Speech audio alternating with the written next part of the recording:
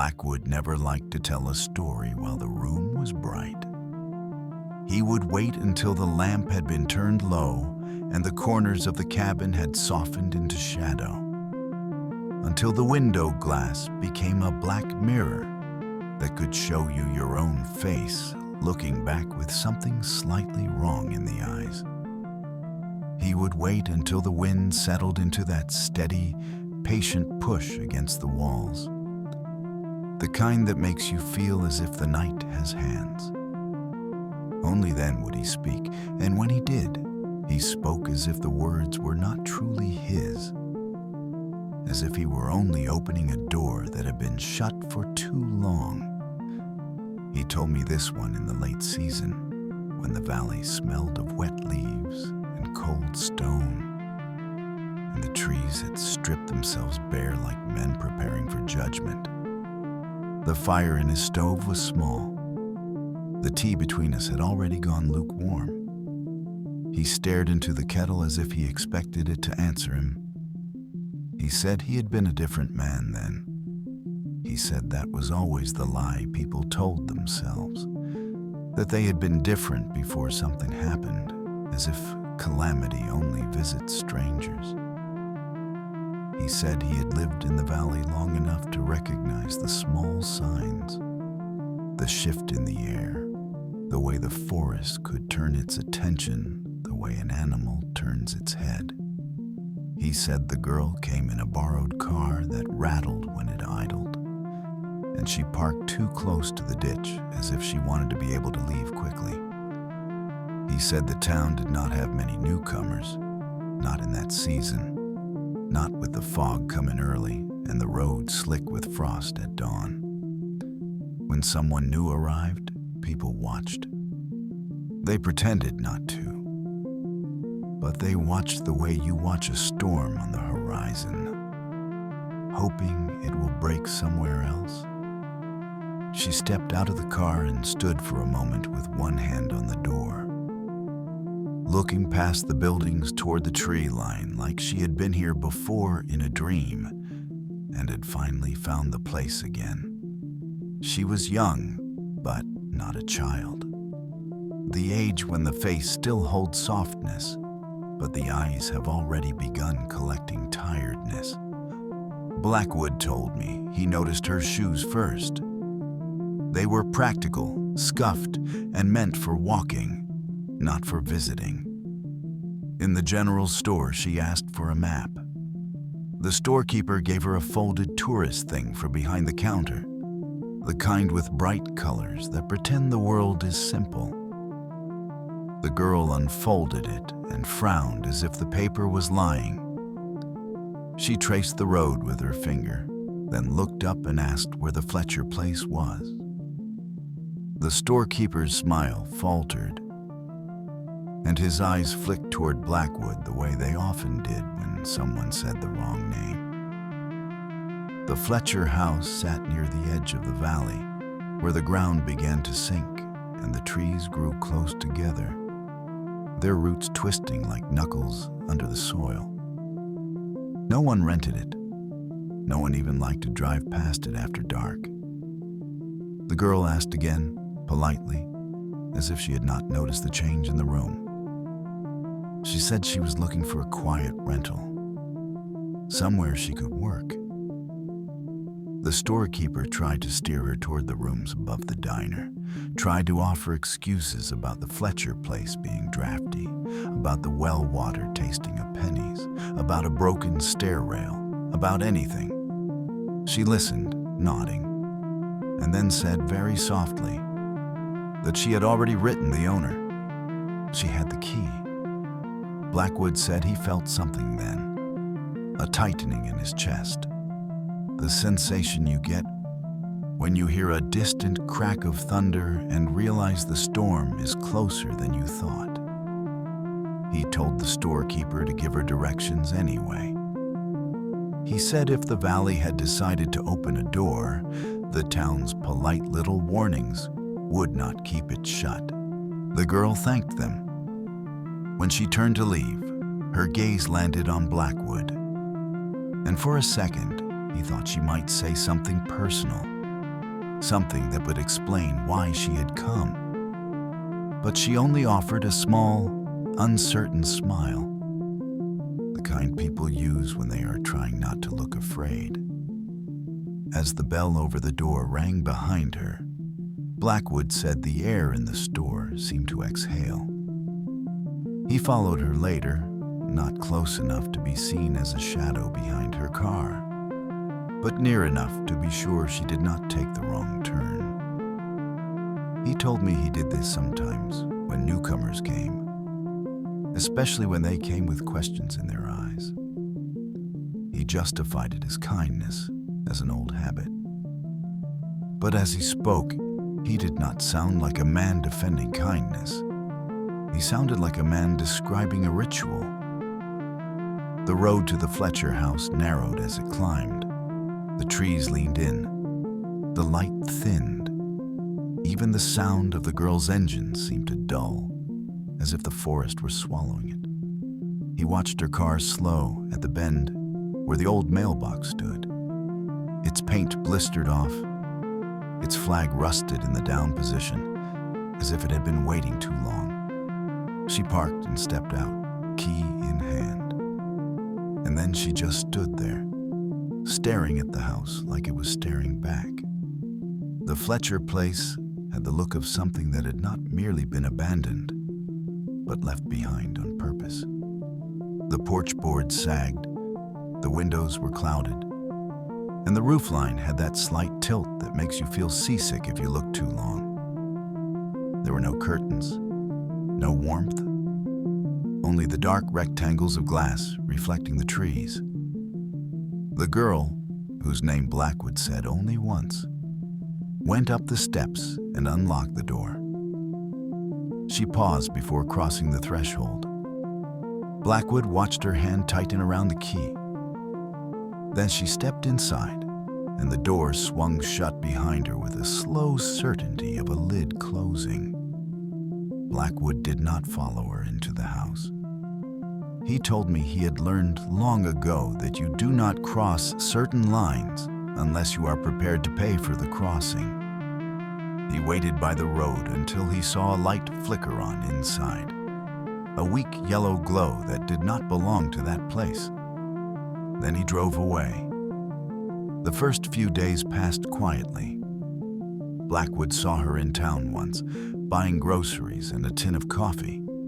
She kept her head down and moved quickly, but she did not look panicked yet.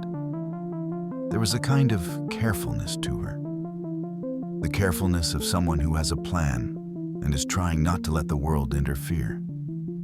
When she paid, she asked for batteries, the big ones, and a box of table salt. The storekeeper raised an eyebrow. The girl only said she cooked a lot. Blackwood followed her out, keeping his distance until she reached her car. He called to her then, a simple greeting, nothing more. She startled as if she had been caught doing something wrong. She looked around as though expecting someone else to answer for her. He introduced himself as Blackwood, as if the name were not already in the mouths of everyone in town. She hesitated, then said hers. She said she was working on a book, something about old places and the way stories cling to them. She talked too fast, as if she needed to fill the air before it could fill itself. Blackwood asked why she chose the Fletcher house. She did not answer at first. Her eyes drifted toward the trees beyond the parking lot, toward the road that ran back into fog. Then she said she had heard about it. She said someone mentioned it in a forum, a thread about haunted rentals, and the name had stuck in her head like a burr. She said she could not explain why, only that it felt like something she had to see. Blackwood told her the truth as gently as he could. He said the valley did not like being studied. He said the Fletcher house was not just old wood and bad plumbing. He said it was a place where the air remembered certain footsteps. She gave a thin smile and said she liked old houses. She said she was not easily scared. Blackwood said he did not reply, because it is not the kind of thing you argue about. It is the kind of thing you let life correct. That night, the fog came in thick enough to swallow sound. Blackwood sat by his own window and watched the darkness press against the glass. He told me that on nights like that, you can hear the valley breathing if you listen. Not the wind, not the trees. Something lower, slower, like a vast thing sleeping with its mouth open. Near midnight, he heard a sound that did not belong.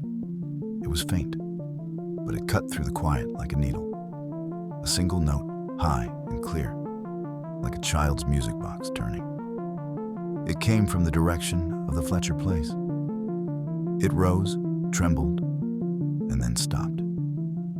Blackwood got up, put on his coat, and stepped out onto his porch.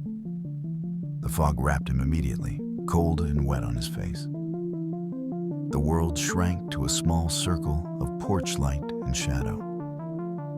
In the distance, where the road ran toward the Fletcher house, he saw a pale glow pulsing, not steady like a lamp, but flickering like someone moving a candle behind a curtain.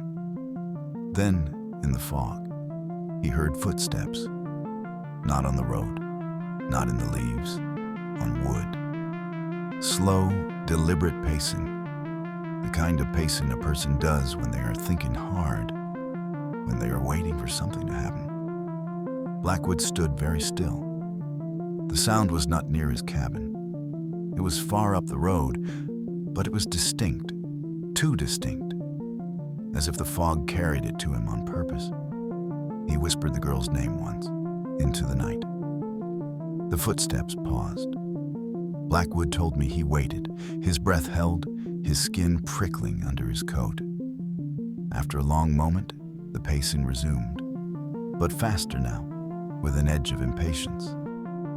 Then the sound stopped again, and something like a laugh drifted out of the fog, soft and broken, as if the night had tried to imitate a human voice and failed.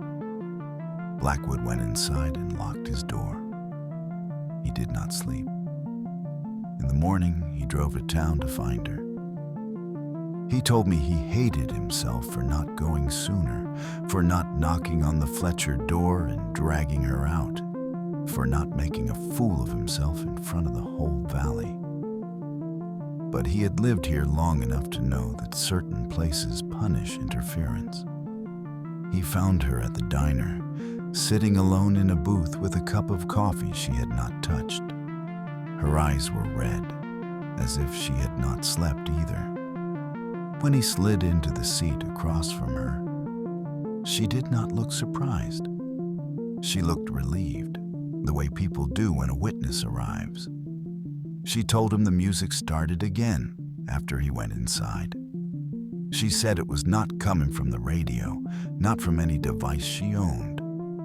She said it was coming from the walls, as if the house itself had a small mechanism hidden inside it that was finally turning after years of stillness. Then she said she heard someone upstairs. Blackwood reminded her the Fletcher house did not have an upstairs that anyone used. The second floor had been closed off decades ago after part of it collapsed. The old staircase was there, but it ended in a nailed-shut door that no one in town claimed to have opened in years. The girl said she knew that.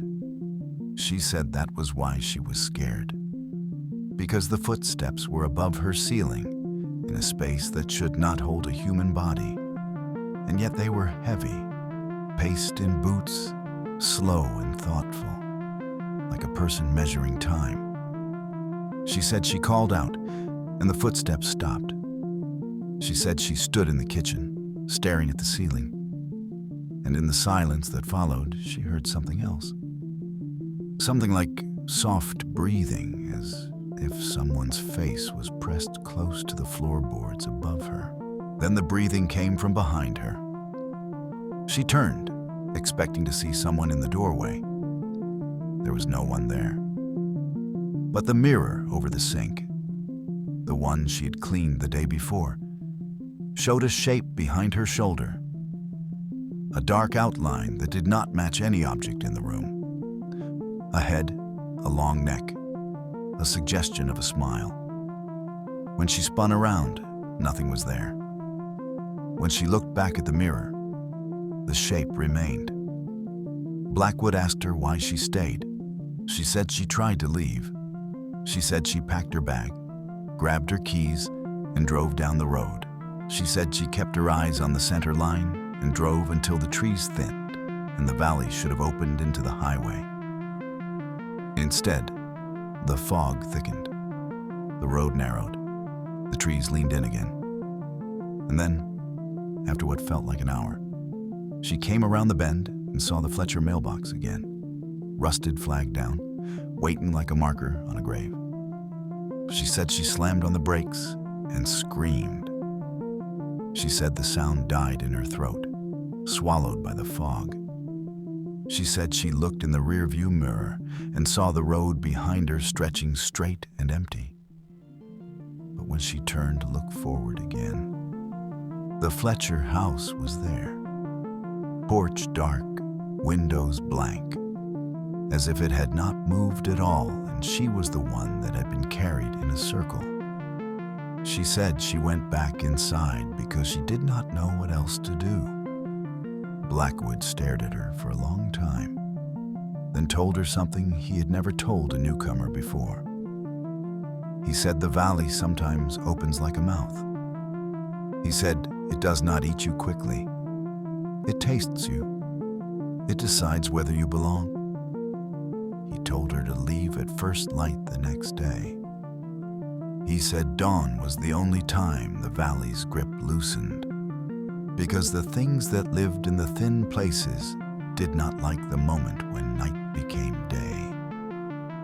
He said he would come for her and walk her to the main road himself.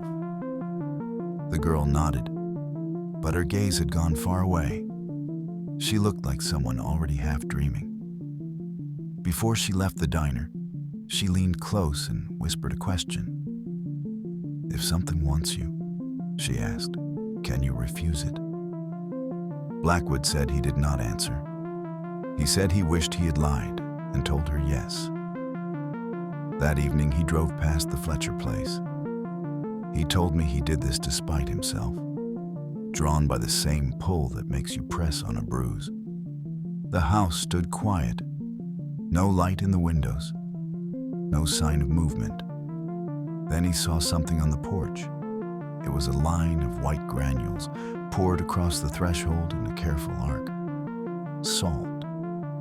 The girl had made a barrier the way frightened people do when they have read too many stories and hope the old rules still apply. Blackwood parked on the road and watched from his car. The forest around the house was still, too still. No birds, no wind in the branches.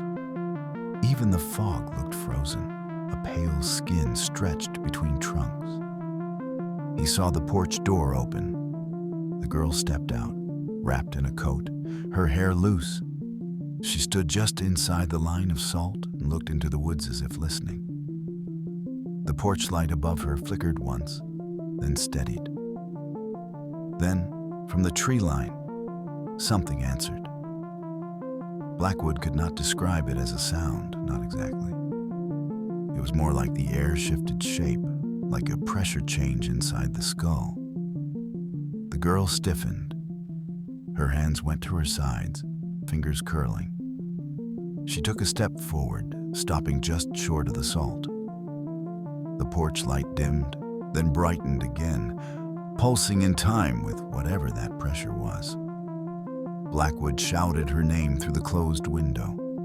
The sound came out muffled. She did not turn. She did not even seem to hear. She took another step.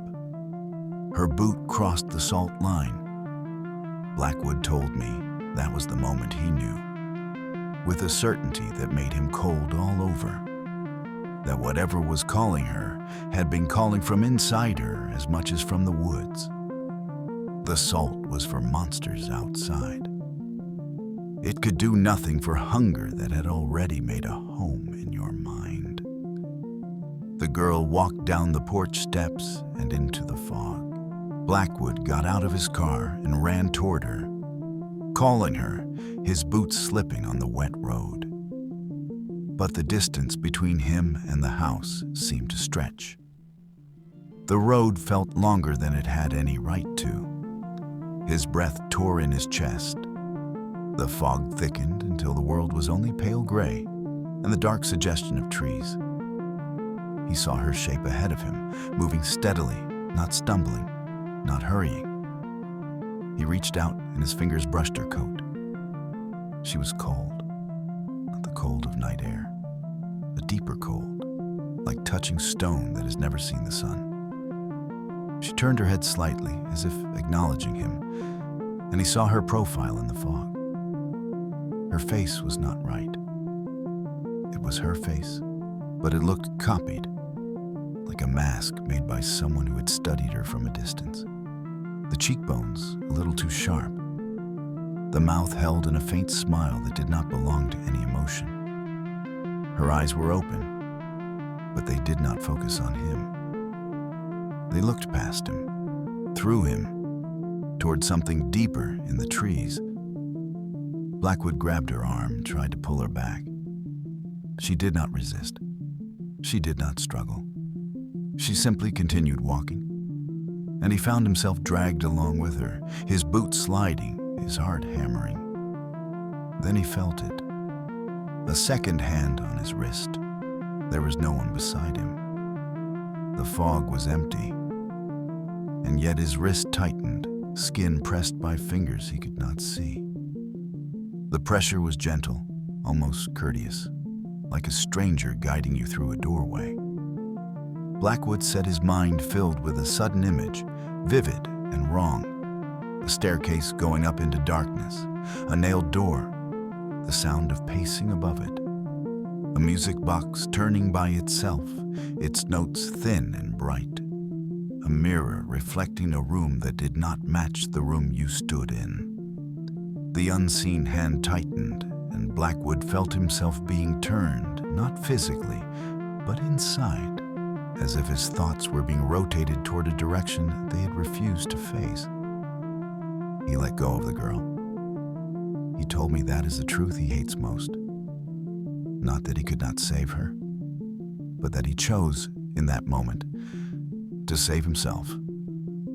He released her arm and stumbled backward, gasping, and the unseen hand withdrew, as if satisfied. The girl walked on, into the trees. The fog swallowed her whole. Blackwood stood alone on the road, shaking so hard his teeth clicked. He could not move for a long time. The night felt enormous. The trees loomed like silhouettes cut from paper. Somewhere in the distance, very faint, the music box began to play again. By the time he forced himself back to his car, the porch light on the Fletcher house had gone out. In the morning, he went to the house before dawn, exactly as he had promised her he would. The sky was just beginning to pale in the east. The fog lay low, thin enough to see the road. The salt line still lay across the threshold, but it had been disturbed, a boot print through it, the granules scattered like broken teeth. The front door was open. Blackwood stepped onto the porch and called out. His voice sounded too loud in the stillness. No answer. He looked into the entryway and saw the girl's suitcase by the wall, as if she had never intended to go far. Her keys lay on the floor, one of them snapped clean in half. Inside, the house smelled of old dust and damp wood, and under that, something sweet and rotten, like fruit left too long in a closed room. He moved through the kitchen. The notebook sat on the table, open. The pages were filled with handwriting that grew more frantic the closer it came to the end. Some lines were crossed out so hard the paper tore. Some words repeated again and again, as if repetition could build a wall. Near the back of the notebook, Blackwood found a page with a single sentence written very small, pressed into the paper until it nearly tore.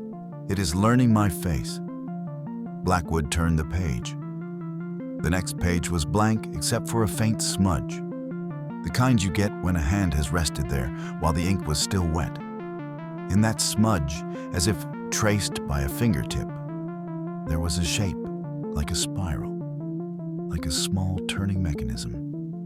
Blackwood heard a sound then. Footsteps. Above him, slow, deliberate pacing, moving back and forth across the floor that should not have held anyone's weight. He froze, looking up at the ceiling. Dust drifted down, shaken loose by the steps. Then the pacing stopped, and something pressed against the ceiling boards directly above his head. A bulge, subtle at first, as if someone had laid a hand flat on the wood. Then it grew, forming the suggestion of fingers, palm, the curve of knuckles. Blackwood backed away, his throat tight. The bulge moved, sliding along the ceiling toward him, following his retreat, like a hand searching for the right spot to break through. In the corner of the kitchen, the mirror over the sink caught the first gray light of dawn. Blackwood saw his own reflection there, pale and wide-eyed. And behind his shoulder, he saw the girl. She stood just out of view in the room, close enough that he should have felt her breath on his neck. Her face was turned toward the mirror, and she was smiling that wrong smile. Blackwood spun around. The kitchen was empty. When he looked back at the mirror, the reflection of the girl remained, and her eyes, those unfocused eyes, shifted slightly until they met his. Then, in the mirror, she raised her hand and placed it on his shoulder. Blackwood felt the weight of it in the real world. Cold, deep, like stone. His legs almost gave out. He gripped the table. The air in the kitchen thickened, becoming heavy with damp and something like soil. The footsteps overhead resumed, faster now, excited, as if someone had been waiting for this moment. Blackwood did the only thing he could think to do. He shut his eyes and spoke aloud, not to the house, not to the forest, but to whatever thin place sat between them, and listened. He said he was not hers. He said he did not belong. The cold hand squeezed. In the mirror, the girl's smile widened. And then the porch boards creaked. A second set of footsteps sounded in the hall behind him, approaching slowly, not rushed, as if whoever walked there knew he could not truly escape. Blackwood opened his eyes and saw that his reflection in the mirror was no longer perfectly aligned. It lagged just a fraction of a moment behind his movements, like a delayed thought. He watched himself blink, then saw the reflection blink after, slower, with a different expression. Not fear, recognition. Blackwood ran. He bolted out of the kitchen, out the front door, down the porch steps. The dawn light hit his face like a slap. The fog was thinning, but the road ahead looked wrong. Too long, the trees too close, the distance bending as if it wanted to fold him back toward the house. He forced himself forward anyway, sprinting until his lungs burned.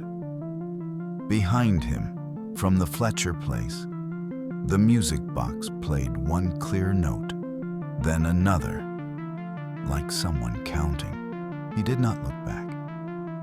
He made it to his car and drove hard, tires spitting gravel, until he reached the main road where the world felt wider and the air felt honest again.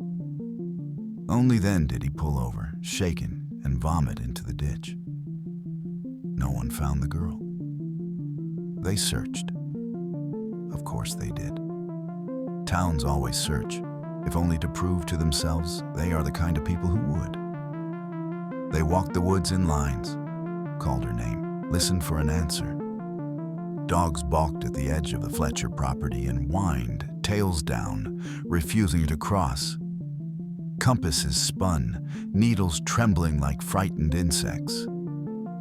One man came back with blood on his hands and swore he had grabbed her sleeve, only to find his fingers closing on nothing but fog. They found no body, no trail, no sign she had ever stepped into the forest, except for the broken salt line and the boot print through it. A week later, the notebook disappeared from the evidence box at the sheriff's office. The deputy who was supposed to be watching it swore the lid had been closed the whole time. He swore the lock had not been touched. When he opened it, the notebook was gone, and in its place lay a small object made of tarnished brass, a music box key. Blackwood said he went to the sheriff's office that night and held the key in his palm. It was warm, as if it had been in someone's hand recently. When he turned it between his fingers, he felt a faint vibration, like something inside it was eager to begin. He told the sheriff to burn it. The sheriff laughed, uncomfortable, and asked him what he was talking about. Blackwood left without insisting. He said some men needed to be taught by the valley directly. 2 nights later, the sheriff's wife woke to the sound of music coming from their kitchen. She found her husband standing in the dark, staring into the sink as if into a well. The music box key lay on the counter beside him, turning slowly on its own like a compass needle searching for north. When she touched his arm, he turned his head toward her. His smile was wrong. Blackwood stopped visiting town after that. He kept to his cabin, kept his lights low, kept his mirrors covered with cloth. He told me that is the only mercy you can offer yourself in certain places. Do not give them a surface to practice your face on. He said he still hears the music sometimes, very faint, carried on foggy wind, a thin, bright tune that makes his stomach drop. He said it always comes from the direction of the Fletcher house. Even though the house has been boarded up now, and the road to it blocked by a metal gate no one remembers installing. He told me that in the early hours, when the valley is quiet and the world feels half-finished, he sometimes sees a figure standing at the edge of his property where the trees begin. A woman in a coat, hair loose, arms at her sides. She does not move. She does not call out. She only stands there as if waiting for him to step closer. He said he never does. Because the worst part, he told me, is not imagining that she is trapped out there, lost and frightened and cold. The worst part is knowing the valley does not keep you the way a cage keeps you. It keeps you the way a story keeps you. It repeats you until you are worn smooth. It memorizes you until it can speak with your mouth. And lately, Blackwood said, when he looks into his covered mirrors by accident, catching a glimpse in the sliver where the cloth has slipped, he sees his own reflection staring back with an expression that is not quite his, an expression that looks like waiting. He said he has begun to notice small things missing from his days. A minute here, a minute there. Moments that seem to have been cut out cleanly, leaving no memory of what filled them. He will be pouring coffee, and then suddenly the cup will be full, the pot half empty, and his hands will be trembling as if he has just held something heavy. He said that once, just before dawn. He woke to the sound of footsteps inside his cabin.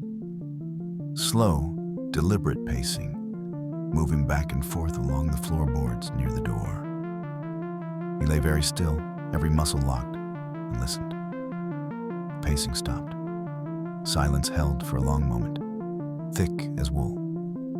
Then, From the other side of the door, he heard a soft knock.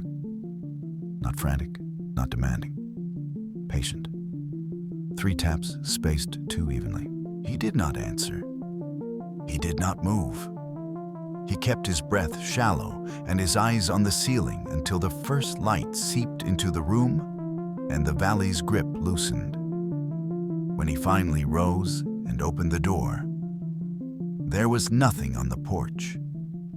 Only a faint line of white granules laid across the threshold, careful as a promise. Salt, and in the center of it, as if placed there for him to find, was a single page torn from a notebook. On it, written in small, neat handwriting that looked like practice, like someone learning, were the words he had heard the girl whisper in the diner, the question she had asked as if it might save her. If something wants you, can you refuse it? Blackwood looked down at the page for a long time. Then he lifted his eyes toward the trees, toward the fog that never fully leaves the valley, toward the thin places where the world forgets its own rules.